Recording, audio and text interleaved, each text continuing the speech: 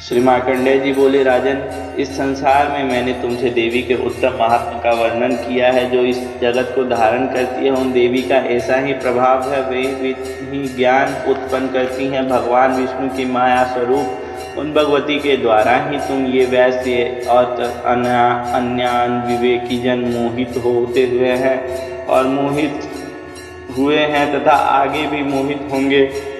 महाराज, तुम उन्हीं परमेश्वरी की शरण में जाओ। आराधना करने पर वे ही मनुष्य को भोग, स्वर्ग तथा मोक्ष प्रदान करती हैं। श्री मार्कंडेय जी बोले, कौशिकी जी, मेधा मुनि के ये वचन सुनकर राजा सुरथ ने उत्तम व्रत का पालन करने वाले उन महाभाग महर्षि को प्रणाम किया। वे अत्यंत ममता के कारण और राज्यच्युत होने के कारण से बहुत खिन्न हो चुके थे। महामुनि इसलिए विरक्त होकर वे राजा तथा वैश्य तत्काल तपस्या को चले गए और जगदम्बा के दर्शन के लिए नदी के तट पर रहकर तपस्या करने लगे। राजा तथा वैश्य उत्तम देवी सूक्त का जप करते हुए तपस्या में प्रवृत्त हुए। वे दोनों नदी के तट पर देवी की मिट्टी की मूर्ति बनाकर पुष्प, धूप और हवन आदि के द्वारा उनका आराधना करने लगे। उन्होंने पहले तो आहार को धीरे धीरे कम किया, फिर बिल्कुल निराहार रहकर देवी को में ही मन लगाकर एकाग्रता पूर्वक उनका चिंतन आरंभ किया। वे दोनों अपने शरीर के रक्त से बलि देते हुए 3 वर्षों तक लगातार संयम पूर्वक देवी की आराधना करते रहे।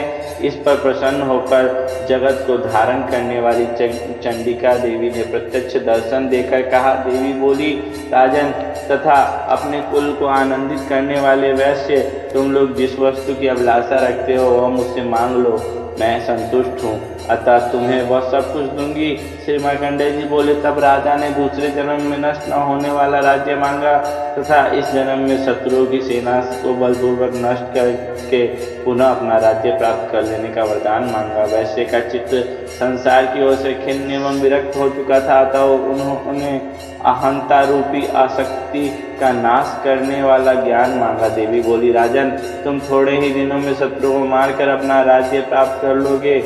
अब वहाँ तुम्हारा राज्य स्थिर रहेगा। फिर मृत्यु के पश्चात भगवान सूर्य के अंश से जन्म लेकर इस पृथ्वी पर सार्वनिक मनु के नाम से विख्यात होगे। है वैसे तुमने भी जिस वर की मुझसे प्राप्त करने की इच्छा की है उसे देती हो, तुम्हें मोक्ष के लिए ज्ञान प्राप्त होगा। श्री मार्कंडेय जी बोले, इस प्रकार उन दोनों को मनोनुकूल वरदान देकर तथा उन्हें उनके द्वारा भक्तिपूर्वक अपनी स्तुति सुनकर देवी अंबिका तत्काल अंतर्ध्यान हो गई। इस तरह देवी से वरदान पाकर क्षत्रियों में श्रेष्ठ सूर्य ने से जन्म लेकर सर्वनिक नाम से मनु होंगे।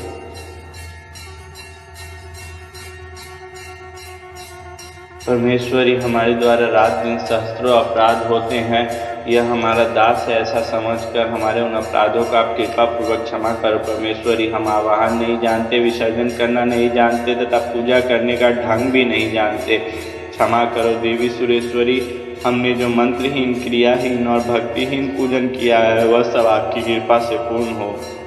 सैकड़ों अपराध करके भी जो आपकी शरण में आता है और जगदम्बा कहकर पुकारता है वह वही गति प्राप्त करता है जो ब्रह्मादि देवताओं के लिए भी सुलभ नहीं है। जगदम्बिके, हम अपराधी हैं किंतु आपकी शरण में आए हैं। इस समय दया के पात्र हैं, आप जैसा चाहो वैसा करो। देवी परमेश्वरी, अज्ञान से, भूल से अथवा बुद्धि भ्रांत होने के कारण हमने जो न्यूनता या अधिकता कर दी है वह सब क्षमा करे और प्रसन्न हो। सच्चिदानंद स्वरूपा परमेश्वरी, जगत माता कामेश्वरी, आप प्रेम पूर्वक हमारी यह पूजा स्वीकार करें और हम पर प्रसन्न हो। जय माता। जय माता।